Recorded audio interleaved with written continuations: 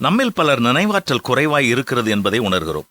நாம் செய்ய வேண்டிய வேலைகளை ஒரு குறிப்பேட்டில் எழுதி வைக்கிறோம் அல்லது மொபைல் போனில் ஒரு நோட்பேட் டவுன்லோட் பண்ணி அதில் எழுதி வைக்கிறோம். செல்வா தன்னுடைய பணிகளை எல்லாம் நோட்பேடில் எழுதி கொண்டாலும் வாரம் ஒரு வேத வசனத்தை பெரிதாக பிரிண்ட் அவுட் எடுத்து தன்னுடைய சாப்பாடு அறையிலே ஒட்டி வைப்பது வழக்கம். அது ஒரு மாலை நேரம். அண்டை வீட்டில் வசிக்கும் கணவனும் மனைவியும் மாலை சிற்றுண்டி நேரத்தில் அழைக்கப்பட்டிருந்தார்கள். அன்று மாலை அவர்கள் திட்டமிட்ட நேரத்தில் வந்தார்கள். ஆனால் சிற்றுண்டியை சாப்பிட்டுக் கொண்டிருக்கும் பொழுது ஏதோ ஒரு காரியத்தை குறித்து 2 பேரும் வாக்குவாதம் செய்ய தொடங்கினார்கள்.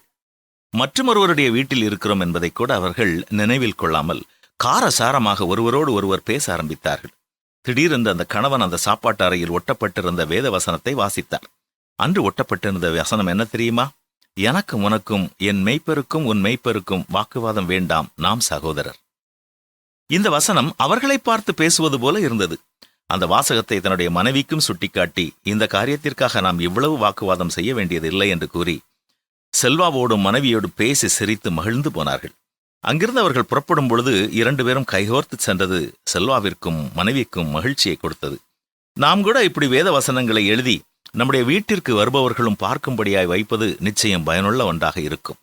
இப்படி வாரந்தோறும் வசனங்களை மாற்றும் பொழுது நாமும் பல வேத வசனங்களை கற்றுக்கொள்ள முடியும்.